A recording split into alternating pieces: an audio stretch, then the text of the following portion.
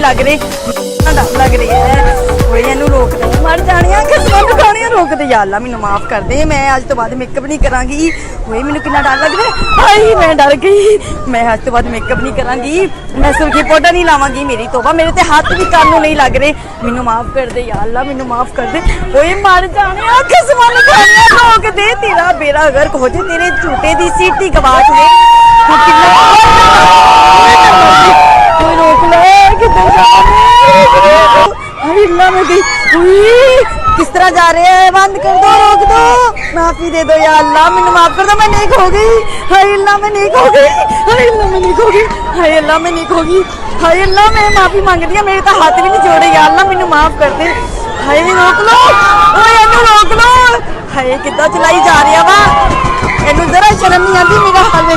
हाय अल्लाह मैं मर गई, हाय अल्लाह मैं डर गई, मैनू माफ कर दो।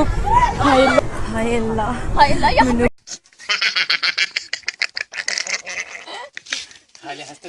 मेरा 16 का टोला, मेरी 46 की बॉडी, सीधी बात बोलूं।